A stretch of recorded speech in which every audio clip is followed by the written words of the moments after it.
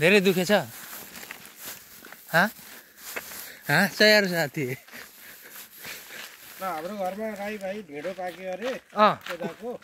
कुकरमा कि उमा कराईमा होइन ओडालेर ए ओडार्ने भन्छ के ओरार्ने भन्छ के भन्छ ओरार्ने भन्छ कि ओराल्ने भन्छ हौ भाइ के भन्छ राम्रोसी भन्न त के भन्छ ढिँडो अनि के छ त बुढी ढिँडो के कुखुराको मासुसँग कुखुराको मासुसँग हो कि ढिँडो दाल चटनी काउलीको तरकारी ओहो ल हाम्रो साथी त नभन हाम्रो दाइको घरमा चाहिँ नेपालमा ढिँडो र मासु पाक्यो भन्छ। हाम्रो यहाँनिर चाहिँ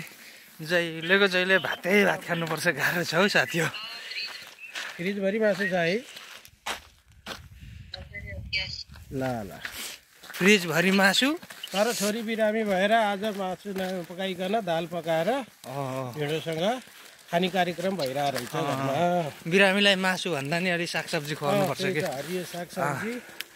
त्यही भएर ल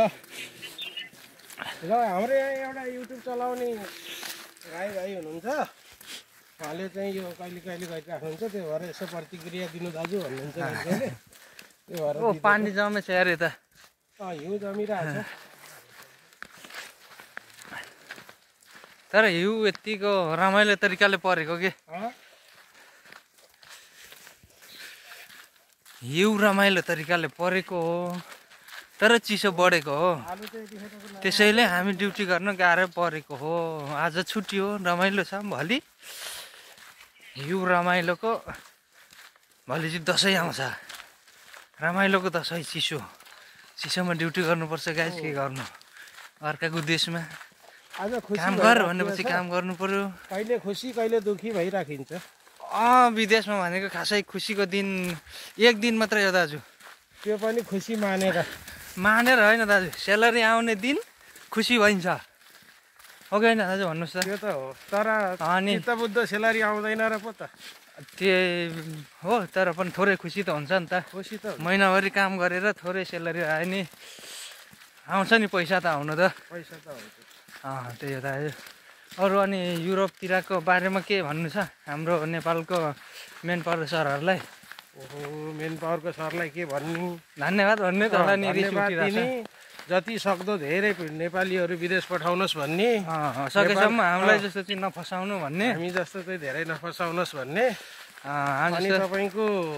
जति सक्दो त्यति नेपाली युवाहरूलाई चाहिँ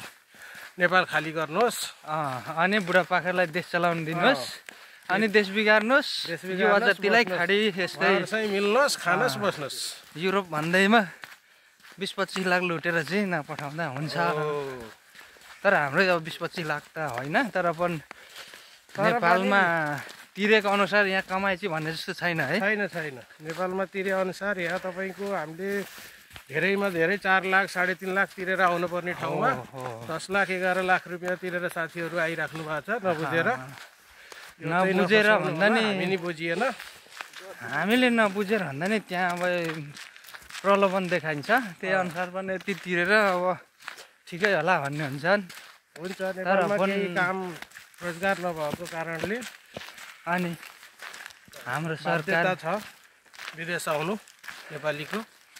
तर पनि खुसी मान्नुपर्छ हामी विदेशमा यस्तो दुःख गरेर नि हाम्रो देशमा थोरै विकासको लाग्दा रेमिटान्स त हामीले अब पठाइराखेको छ सहयोग भइरहेछ नि त अर्थतन्त्रमा त भइराखेको छ तर त्यो ठाउँ के अरे सही ठाउँमा चाहिँ सदुपयोग भए त धेरै विकास हुन्थ्यो नि त सही ठाउँमा अब लगानी भएको छैन हाम्रो रेमिटान्स त्यही भएर सरकारलाई हाम्रो रेमिटान्स पनि सही ठाउँमा लगानी गरिदिनु पनि अनुरोध गर्दछौँ हाम्रो सानो युट्युब च्यानलबाट भए पनि। हजुर